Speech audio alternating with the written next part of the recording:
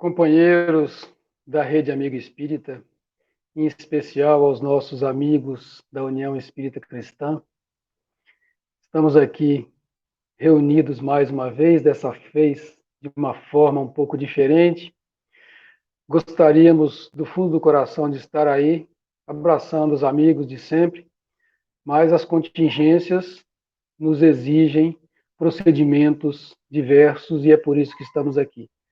Mas sintamo-nos próximos uns aos outros, como sempre foi, e vamos esperar em Deus a oportunidade de estarmos olhando um para o outro novamente de forma real, próximos. Enquanto isso, vamos continuando o nosso trabalho de estudo e divulgação da doutrina espírita por meio das palestras virtuais. Hoje estamos aqui para falar, principalmente para os amigos da UEC, sobre o tema Trabalhemos Também. Nós vamos iniciar a nossa reunião com uma prece, como sempre fazemos, depois da leitura preparatória. Vamos iniciar com a leitura preparatória e depois faremos a prece. Vamos usar como leitura preparatória uma lição desse mesmo livro, Pão Nosso, de onde nós tiramos a ideia do Trabalhemos Também. É a lição inicial, é a lição que existe antes do início do livro, seria a lição 0. É uma lição que o Espírito Emmanuel intitulou No Serviço Cristão. É a lição que abre esse livro.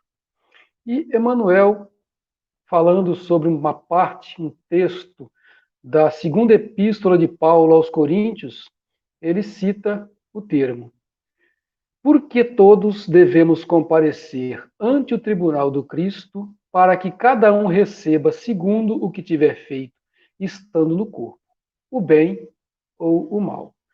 É um texto da Epístola de Paulo aos Coríntios, e Emmanuel, trazido pela pena de Chico Xavier, faz os comentários. Não falta quem veja no Espiritismo mero campo de experimentação fenomênica, sem qualquer significação de ordem moral para as criaturas. Muitos aprendizes da consoladora doutrina, desse modo, limitam-se às investigações de laboratório ou se limitam a discussões filosóficas. É imperioso reconhecer, todavia, que há tantas categorias de homens desencarnados quantos são as dos encarnados. Entidades discutidoras, levianas, rebeldes e inconstantes transitam em toda parte. Além disso, incógnitas e problemas surgem para os habitantes dos dois planos. Não vale pesquisar recursos que não nos dignifiquem. Somente à luz de suas lições sublimes é possível reajustar o caminho, renovar a mente e purificar o coração. Nem tudo o que é admirável é divino. Nem tudo o que é grande é respeitável. Nem tudo o que é belo é santo. Nem tudo o que é agradável é útil. O problema não é apenas de saber, é o de reformar-se cada um para a extensão do bem. Afeiçoemo-nos, pois, ao Evangelho sentido e vivido, compreendendo o imperativo da nossa iluminação interior. Porque, segundo a palavra oportuna e sábia do apóstolo, todos devemos comparecer ante o tribunal do Cristo, a fim de recebermos de acordo com o que realizamos estando no corpo, o bem ou o mal. Vamos, nesse momento, aproximar a nossa sintonia com a de Jesus, buscando nele o nosso orientador, o nosso mestre, a inspiração para aprendermos, para buscarmos o crescimento interior de cada um de nós por meio das lições do seu Evangelho. Jesus, mestre querido, ampara os nossos bons propósitos de aprender e de exercitar essa doutrina que tão bem tem feito a todos nós. Ilumina-nos nesse momento para que cada um consiga absorver os ensinamentos trazidos pelo seu Evangelho e por aqueles que o divulgaram. Mestre Jesus, que a vossa luz possa clarear os nossos pensamentos e as nossas mentes e trazer a cada um de nós o lenitivo que estamos buscando nesse momento. Que a vossa paz esteja sempre em nossos corações. Que assim seja. Bem, como já dissemos, vamos falar hoje sobre o tema Trabalhemos Também. É um tema tirado do livro Pão Nosso, do Chico Xavier e do Emmanuel. É a lição de número 33. E essa lição, ela começa trazendo, basicamente, um trabalho feito por Paulo e Barnabé no primeiro século do cristianismo. Esses dois foram, talvez, os maiores divulgadores do cristianismo de todos os tempos. Eles andaram por toda a região do Império Romano da época, divulgando as ideias do Cristo. E eles estavam, nesse dia, numa cidade chamada Icônio, que hoje fica na Turquia, mas na época pertencia ao Império Romano. Icônio era uma cidade, como toda a Turquia, era uma região povoada por várias modalidades religiosas, políticas, filosóficas. Era uma região que concentrava, basicamente, a história do mundo. E ali havia pessoas que acreditavam em todas as coisas, inclusive judeus, e agora os divulgadores da ideia do Cristo. Paulo e Barnabé estavam na cidade de Icônio, pregando o evangelho, e ali foram abordados pelos judeus que não aceitavam aquela pregação, aquelas informações novas, aquelas ideias de renovação, de perdão, de consciência, de enxergar o outro como um irmão, dizer que todos somos irmãos, que todos somos iguais. Aquilo para os judeus daquela época era uma afronta à sua religiosidade. E eles foram ameaçados de morte ali na cidade de Icônio. Fugiram mesmo, saíram fugidos e foram para uma outra cidade, também da atual Turquia, chamada Listra, porque eles não desistiam. Hoje, quando nós divulgamos ideias diferentes daquelas escolhidas pelas outras pessoas, o máximo que nós recebemos é um recadinho mal criado pelas redes sociais ou uma agressão verbal. Mas naquele tempo custava-lhes a própria vida. Eles fugiram então para Listra e foram repetir o que estavam fazendo em Icônio, divulgar o evangelho. E ali na rua reuniram uma pequena multidão de povo e começaram a falar sobre Jesus. Paulo então percebeu que próximo deles havia um homem que eles chamavam de coxo. Era um homem que tinha uma deficiência na perna. Ele não conseguia colocar-se sobre os seus pés e andar, como todos nós fazemos. Paulo, olhando a atenção com que aquele homem ouvia as divulgações do Evangelho, percebeu que naquela mente havia fé suficiente para ser curado. Porque nós sabemos, Jesus nos ensinou isso, o que nos cura é a nossa fé. Paulo olhou para os olhos daquele homem com possibilidade, com potencial de ser curado, e lhe disse: em nome de Jesus, levanta-te sobre os teus pés e anda como um de nós. Nesse momento, o homem começou a se ajeitar, levantou-se, ergueu-se sobre os seus pés e começou a andar. O povo que estava ali ouvindo aqueles dois começaram a imaginar que um milagre havia acontecido. E os romanos daquela época, vendo aquela situação, começaram a pensar que os deuses haviam descido na terra. E começaram a chamar Paulo de Barnabé, Paulo de Mercúrio e Barnabé de Júpiter. São dois deuses do panteão romano. E mais do que isso, começaram a lhes reverenciar como se eles verdadeiramente fossem deuses. Foram até um templo de Júpiter que ficava próximo e trouxeram um touro enfeitado com grinaldas, com panos, para fazer um sacrifício perante os dois deuses que haviam descido da terra. Paulo então voltou-se para aquelas pessoas que ali estavam, os cidadãos romanos, e lhes disse que ele e Barnabé nada mais eram do que pessoas simples do povo. Não eram nada além do que pessoas comuns, como todos eles que estavam ali, sujeitas às mesmas paixões e às mesmas vicissitudes, que eles não eram deuses, que eles apenas estavam ali pregando o que o mestre deles os havia ensinado. Os romanos, então, se desinteressaram daquela situação e se afastaram. Mas os judeus que estavam ali se revoltaram ainda mais e atacaram os dois. Barnabé conseguiu escapar, mas Paulo foi envolvido pela multidão, foi apedrejado e arrastado para fora dos muros da cidade e dado como morto. Depois foi recolhido pelos irmãos da Casa do Caminho e voltou a viver novamente, porque certamente ele não havia morrido como pensavam os judeus daquela época. Vejam que situação difícil que aqueles dois se envolveram naquele momento. Porque eles passaram por uma situação que tem sido muito comum para nós nos dias de hoje. Nós gostamos de ver as pessoas que fazem algo diferente do que nós estamos fazendo e iconizá-las, dar a elas o caráter de ídolos, de deuses.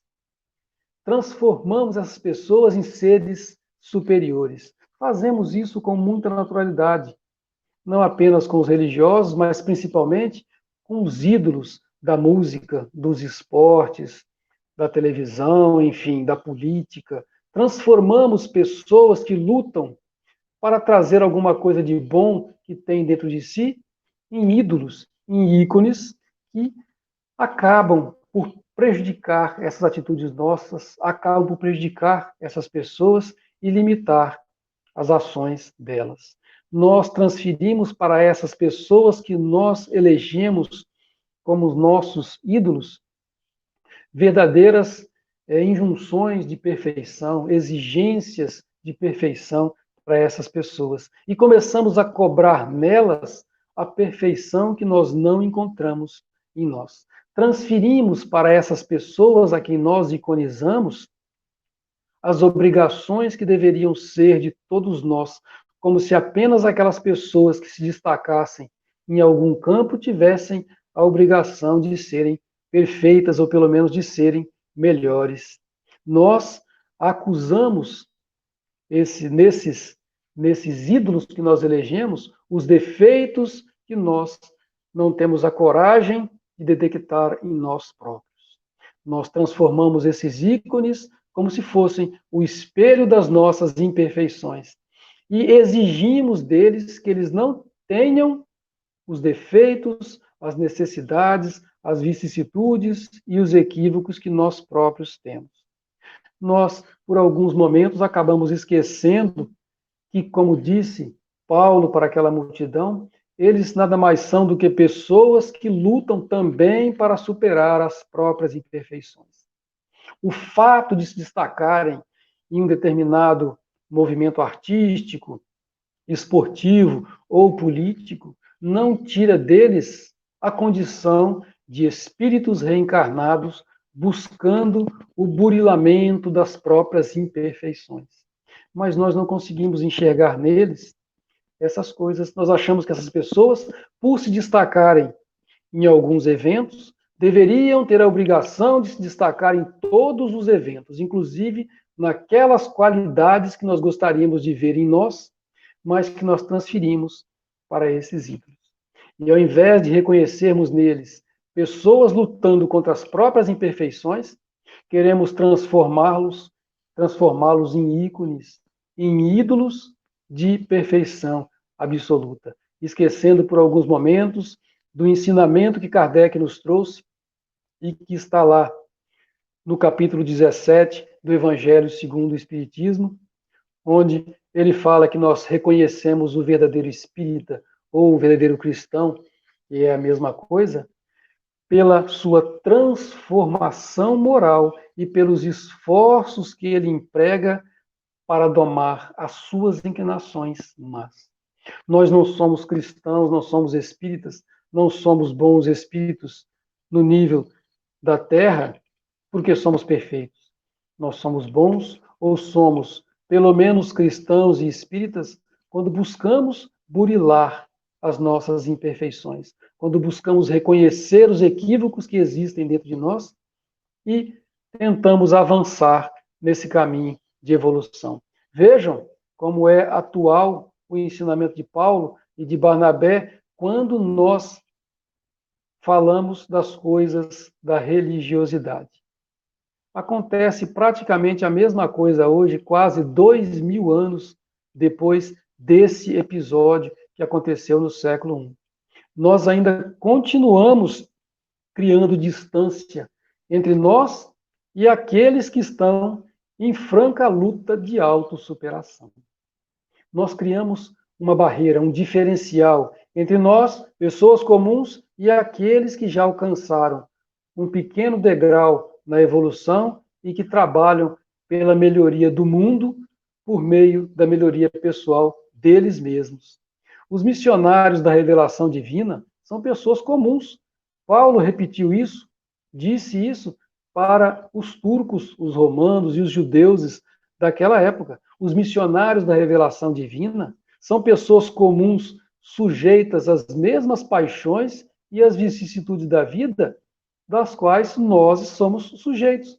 Paulo disse isso e Emmanuel repetiu isso lá na lição 33 do livro Pão Nosso. Emmanuel também nos disse que Jesus não criou um sistema diferenciado de deuses e devotos. Ele não diferenciou aqueles que deveriam ouvir a boa nova daqueles que deveriam pregar a boa nova, ensinar a boa nova, porque todos nós somos aprendizes e todos nós temos a obrigação de sermos divulgadores. Jesus não traçou, não carimbou em cada um de nós rótulos que nos fazem ser superiores às outras pessoas, porque estamos fazendo alguma coisa melhor do que os outros ou porque estamos tentando divulgar as ideias do Cristo. Jesus jamais traçou essa diferença. Pelo contrário, buscou aqueles que iriam auxiliá-lo na divulgação das suas ideias no meio das pessoas simples do povo, no meio das pessoas que tinham problemas, pessoas que tinham deficiências a serem superadas, conhecimentos a serem estabelecidos, pessoas que tinham deficiências morais a serem buriladas e modificadas, pessoas simples do povo. Buscou ele aqueles que tinham boa vontade de crescer. Não buscou por aqueles que já estavam prontos. Buscou aqueles que queriam crescer junto com eles, junto com ele. Nós precisamos mudar a nossa forma de entender as pessoas que já estão em algum caminho de busca de crescimento espiritual. O que Jesus criou, segundo Emmanuel, foi um sistema, um mecanismo de superação pessoal, de transformação espiritual, de mudança interior para melhor. Por isso que ele falou, ele, Emmanuel, disse na leitura preparatória que a gente leu antes da prece inicial: afeiçoemo-nos ao Evangelho, compreendendo o imperativo da nossa iluminação interior. A nossa iluminação interior é o principal objetivo da nossa encarnação. Tudo o que nós temos de propósito nessa vida e que já tivemos nas nossas outras reencarnações, nada mais foi do que uma busca pela nossa iluminação interior, a traduzir pela nossa reforma íntima, pela nossa mudança de comportamento, pela nossa mudança de atitude em relação às coisas da vida, em relação, sobretudo, ao nosso próximo e às imperfeições que ele carrega em si, porque ele também carrega imperfeições, apesar de se mostrar para nós como sendo um ícone, como sendo um ídolo, uma pessoa superior, ele nada mais é do que um batalhador em busca da autossuperação, como somos cada um de nós. E vejam vocês que todos nós que estamos nessa luta, nessa busca de autossuperação, estamos no mesmo patamar evolutivo. Quando nós olhamos o patamar evolutivo de Jesus, nós percebemos a distância que nos separa dele. Ele já era um espírito superior quando a Terra, quando o planeta Terra estava sendo formado. Ele tem uma envergadura espiritual infinitamente superior a cada um de nós. Mas nós, os outros habitantes desse planeta, estamos mais ou menos em um mesmo patamar evolutivo. É claro que alguns já estão mais na vanguarda, outros se encontram ainda lá na retaguarda, mas a verdade é que todos nós estamos procurando o nosso crescimento interior. Se nós pudéssemos traçar uma faixa evolutiva entre todas as pessoas do nosso planeta, iríamos ver que entre aquele menos evoluído e aquele mais evoluído, existe uma distância evolutiva muito pequena em relação à distância que existe entre todos nós e o nosso Mestre Jesus. Alguns deles já avançaram muito mais do que outros, muito mais do que nós. Nós temos os exemplos de Chico Xavier, hoje conosco, proximamente a nós, Divaldo Pereira Franco, hoje conosco, Chico Xavier, muito próximo de nós, Irmã Dulce, Madre Teresa, Gandhi, mas também temos exemplos muito afastados de nós, como Francisco de Assis, como os apóstolos do Cristo, mas todos eles têm uma característica em comum. Eram seres imperfeitos que buscavam a sua perfeição, o aperfeiçoamento do seu interior, a sua iluminação interior pela divulgação e, acima de tudo, pela prática dos ideais cristãos. A gente acha que essas pessoas reencarnaram e estavam na Terra isentos de paixões. É um grande engano. A gente acha que Chico Xavier, Divaldo Franco nunca tiveram ambições de ter uma casa, uma família, um lar para repousar, tempo para descansar, para ter para eles próprios. Sempre buscaram isso sim. Eles sempre tiveram sede, sempre tiveram fome, sentiram frio, tiveram necessidades orgânicas, físicas, como todos nós. Apenas fizeram a opção em priorizar a divulgação e a prática do Evangelho, buscando cada vez mais o aprimoramento interior. Nós podemos ver nos apóstolos de Jesus quantas situações eles demonstraram de ter também limitações. Já vimos isso em ídolos da religiosidade de tempos mais recentes, que também tiveram as suas situações de exigência, as suas situações de necessidades pessoais, os seus conflitos pessoais, porque todos nós estamos militando mais ou menos em um mesmo nível, em um mesmo patamar de evolução, buscando nada mais, nada menos do que o imperativo da nossa reencarnação, que é a nossa evolução. Coisa semelhante, coisa que nos diferencia, que nos fazem ser diferentes daqueles que nós elegemos como santos, nada mais são do que a necessidade, o esforço que nós fazemos diariamente para nos superarmos. A única diferença que existe entre aqueles que ainda estão em situação de retardo, em situação de retaguarda na caminhada evolutiva e aqueles que já estão na vanguarda é a vontade que temos de crescer e de evoluir. A diferença que existe é apenas que uns já começaram a buscar Jesus e outros ainda imaginam que essa busca é desnecessária, ou pelo menos é cedo demais para isso. A única diferença é essa. O que nos diferencia dos santos é o exercício diário de renovação íntima e o esforço no trabalho, porque não existe outro caminho para a nossa evolução, para o nosso crescimento, para a nossa iluminação interior, que não seja pela força do trabalho. O que diferencia aquele que nós chamamos de santos dos que estão na retaguarda é a vontade de ter, é a vontade de crescer interiormente. É a coragem para aceitar os desafios de melhorar os outros, melhorando-nos a nós mesmos. Porque a única forma que eu tenho de mudar o mundo é mudar a mim. Eu não tenho gerência nenhuma sobre o mundo de forma alguma. Ninguém consegue modificar o mundo senão modificando a si mesmo. A única forma de demonstrar ao mundo a necessidade de mudança é promovendo essa mudança, primeiramente em nós. O que nos diferencia dos santos é a iniciativa de sair da comodidade em que estamos e partirmos para a ação efetiva. É a renúncia das facilidades da vida, as facilidades do dia a dia, por uma tarefa que nós sabemos que não vai ser fácil.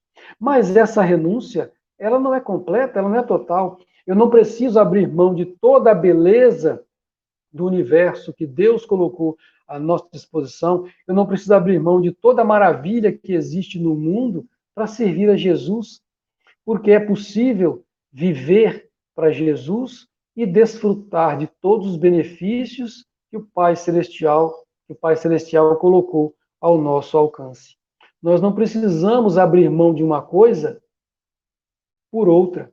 Nós temos tempo suficiente para exercer o nosso lazer, a nossa confraternização em família, as nossas viagens para conhecer o mundo, compartilhando esse tempo com as doações de algo, de alguma coisa que nós temos muito precioso em nós para o nosso próximo, que é o nosso tempo. O nosso tempo talvez seja a coisa mais preciosa que nós temos para doar para o nosso próximo. Nós não precisamos abrir mão de tudo de bom que existe na vida para servir a Jesus. Nós podemos fazer as duas coisas se não temos a capacidade de fazer uma coisa só, como fizeram alguns missionários da revelação divina. Cada um de nós, é importante que cada um de nós saiba as nossas próprias limitações e até onde a gente pode avançar nesse trabalho de renovação e nesse trabalho de divulgação. O que nós precisamos fazer é sair dessa inércia, desse cantinho sossegado em que nós estamos aqui e buscar a compreensão daquilo que Jesus nos ensinou, o que ele pedia de nós. É dividir um pouco do que nós temos recebido do plano espiritual superior com aqueles que precisam tanto quanto nós. Porque o caminho é o trabalho, o caminho é a doação, mas o objetivo é a melhoria interior. É a mudança de pensamento, é a mudança de patamar de compreensão, sobretudo, do nosso próximo. Porque compreender as coisas físicas do mundo é muito mais fácil do que compreender as atitudes do nosso próximo. Mas é esse o maior desafio nosso. É entender a necessidade do nosso próximo para dar a ele não aquilo que ele quer, e nem aquilo que eu quero dar a ele, mas principalmente aquilo que ele precisa, porque é assim que nós vamos evoluir. Porque o objetivo maior da nossa encarnação, como já dissemos, é a nossa evolução. Não existe outro objetivo principal que não seja esse. Temos que tomar cuidado, principalmente nas nossas casas espíritas, quando lidamos com os médiuns. Os médiuns são pessoas que vieram para essa encarnação dotadas de uma característica que nem todo mundo tem. Nós sabemos que a mediunidade é um dom do espírito imortal, é um atributo do espírito imortal e que se revela na encarnação por meio de uma predisposição congênita, uma predisposição orgânica que nós trazemos nessa encarnação. Apenas isso. A mediunidade nada mais é do que um dom temporário que o ser encarnado tem e que ele pode voltar a ter ou não ter mais nas próximas encarnações. Mas nós temos o hábito de iconizar, de endeusar os médiuns das nossas casas espíritas pelo propósito, pela capacidade que eles têm de entrar em comunicação com os espíritos desencarnados, como se isso fosse uma coisa além da nossa capacidade natural. Hoje nós temos a compreensão de que a mediunidade nada mais é do que um dom temporário que estamos com ela aqui na matéria e que serve unicamente para a nossa evolução. Nós não podemos continuar tratando os médiuns das casas espíritas que frequentamos como se eles fossem deuses, como se eles fossem oráculos da antiga Grécia, pitons e pitonisas que estão juntos de nós para nos trazer informação do futuro. Eles estão aqui para usar esse dom que eles têm para a própria melhoria e, consequentemente, para a melhoria da humanidade. Nós não devemos negar a eles, como não devemos negar a ninguém, um elogio.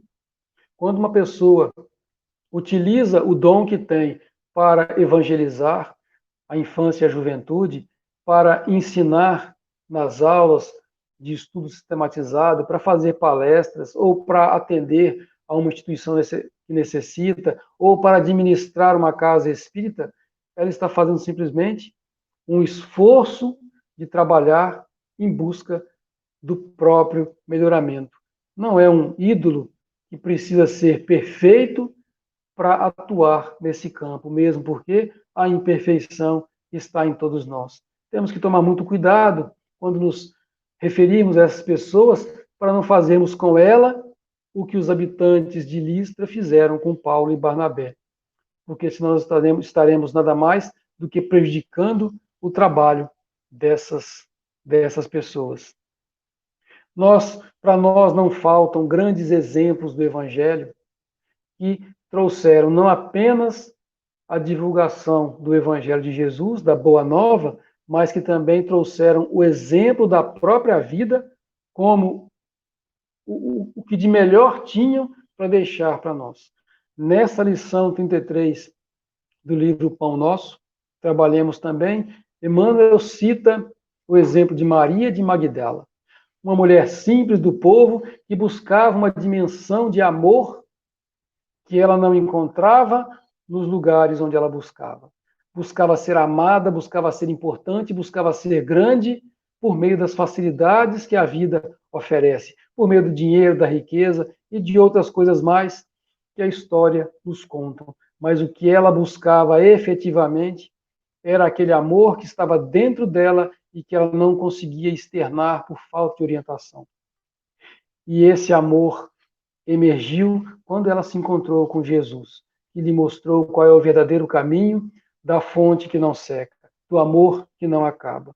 Maria de Magdala, então, deixou a sua vida de luxo, a sua vida de importância perante os grandes da autoridade judaica e romana da sua época e foi buscar no simples aquilo que já estava dentro do seu coração e que ela não conseguia permitir que desabrochasse.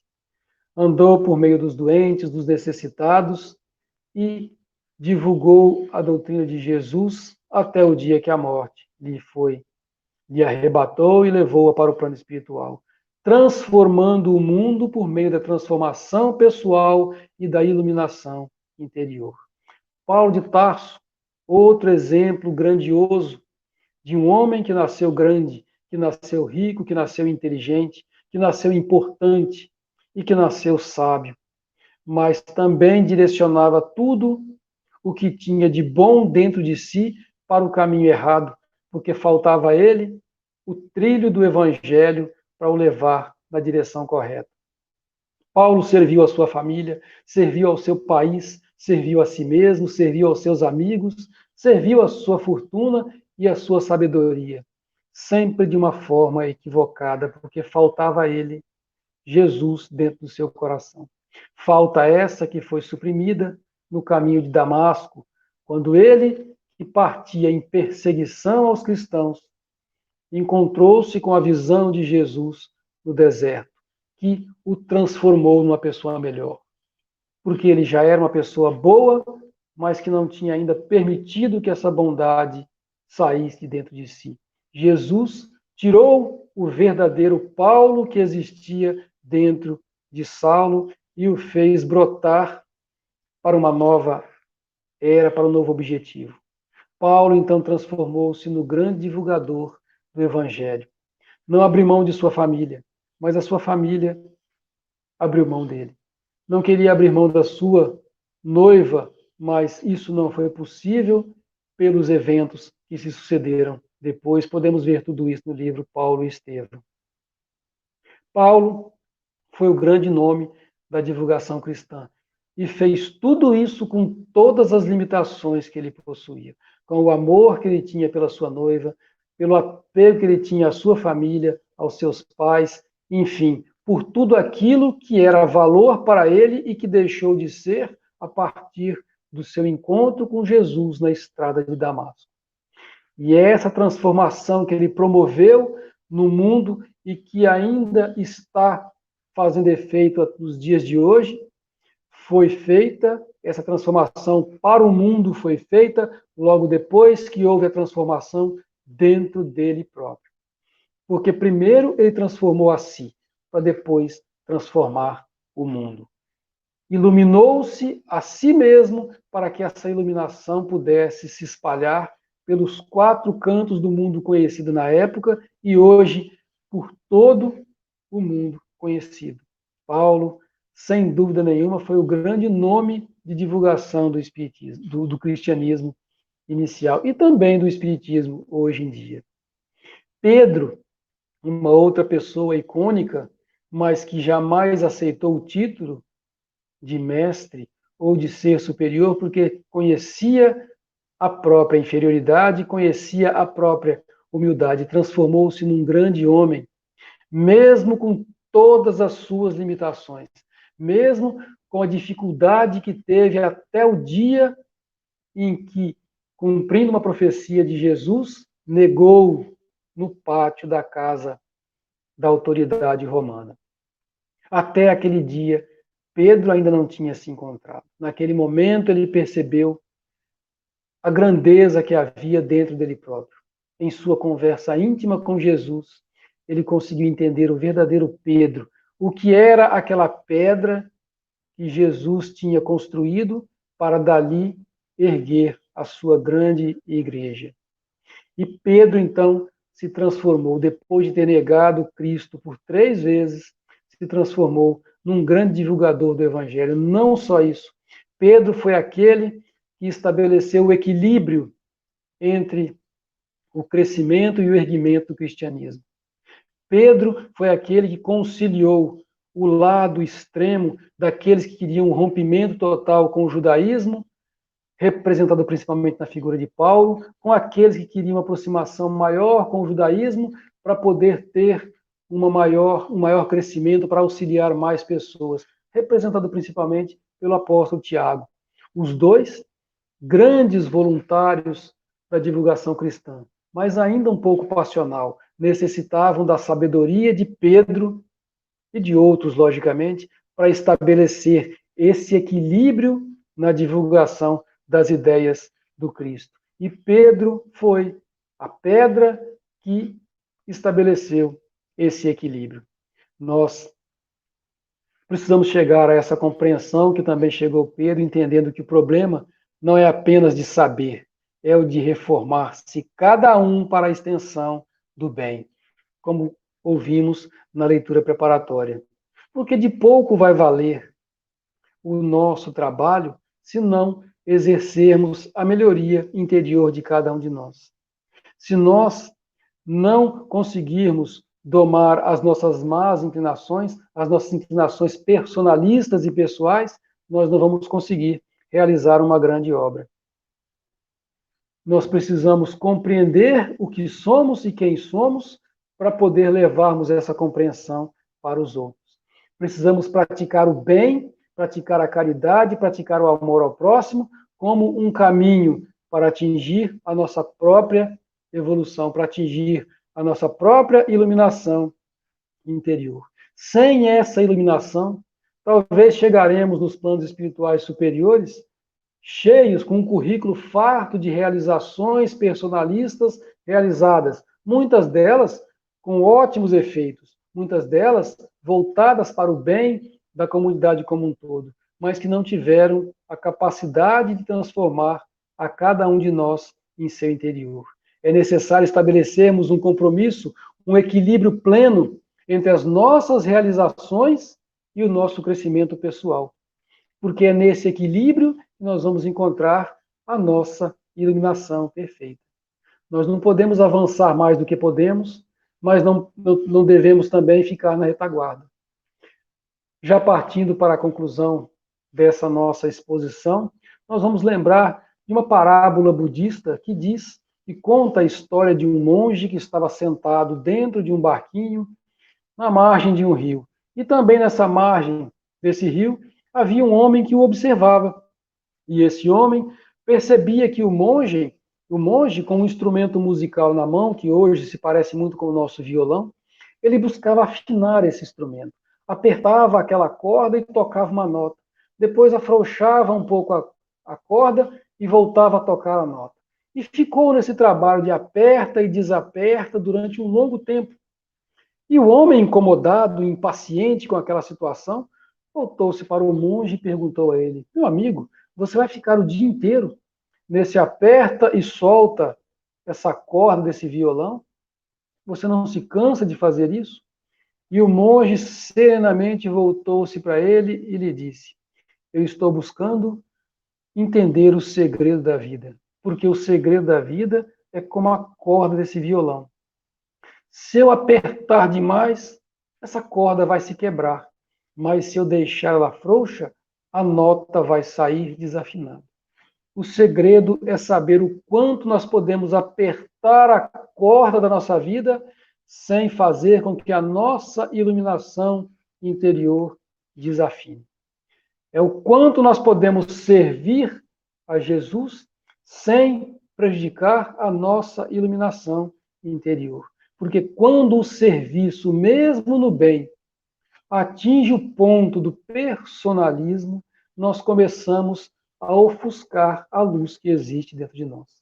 Esse equilíbrio é fundamental, porque todo trabalho objetiva simplesmente nos iluminar interiormente.